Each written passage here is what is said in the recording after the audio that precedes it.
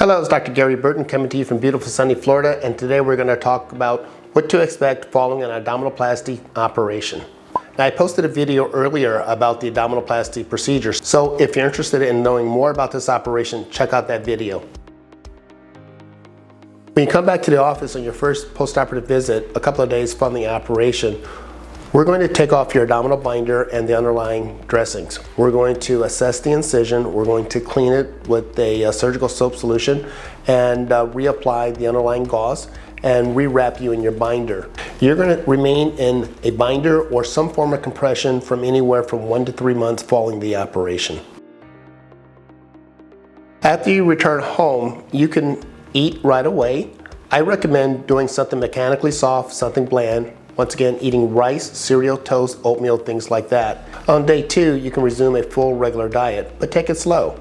If you feel bloated, if you feel uncomfortable with eating regular food, back off for a few hours and then try again. For your activity, I would like for you to get out of bed and walk around as much as you can, at least 10 times each and every day following the operation. I'm going to send you home with compression stockings in place. Keep these stockings in place for the next 2 to 3 weeks following the operation until you're walking around like you normally would.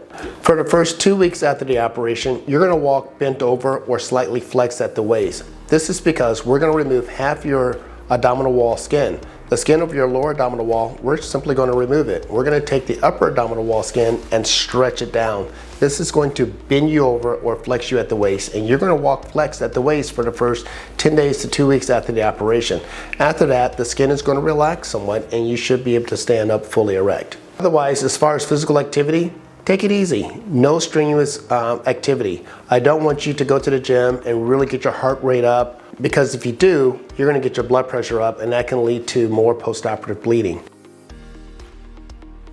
I'm going to place a Jackson-Pratt drain in the abdominal wall to help with the fluid that your body might make in the response to the trauma of the operation. This drain is going to stay in place anywhere from 1 week, and it could stay in place up to 3-4 weeks depending on how much fluid your body makes. It's really easy to take the drain out, but it's tough to put it back in. So we're going to leave this drain in place until we're convinced that your body has stopped making excessive fluid following the operation.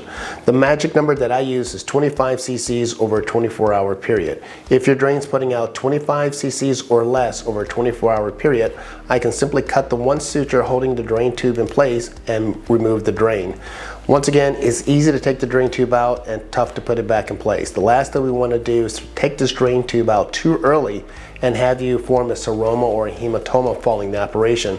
If you do, we'll have to go in with a needle to remove the excessive fluid or blood, or we might have to put the Jackson-Pratt drain tube back in place. We're going to play it safe and leave that tube in place until it's producing less than 25 cc's of fluid over a 24-hour period. Well, pain is really subjective. It varies quite a bit from person to person. I'm going to send you home with a prescription pain medication that will usually last for anywhere from 3 to 5 days.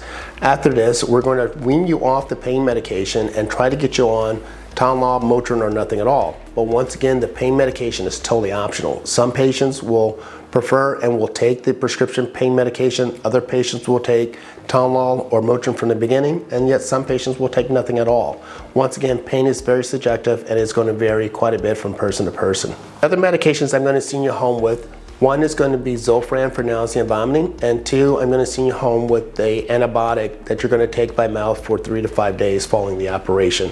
Of the other medications, the only one I ask you to take once again is the antibiotic. The pain medication, the nausea and vomiting medication, those medications are totally optional, but do take your prescription antibiotic as directed. So we talked about activity earlier, but as far as going back to the gym, you can go back to the gym with no restrictions after your 5 to 6 weeks following the operation. But take it easy. If you enjoy golf, tennis, volleyball, and activities like this, you can resume these activities when you're 5 to 6 weeks following the operation.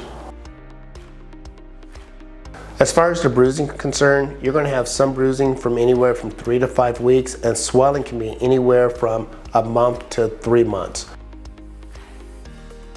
Now that you're well on your way to recovery, once again, do not expose your incision to direct sunlight. Direct sunlight can cause the incision to redden or may prolong the darkness of the incision. So shield your incision against direct sunlight for 1 year following the operation.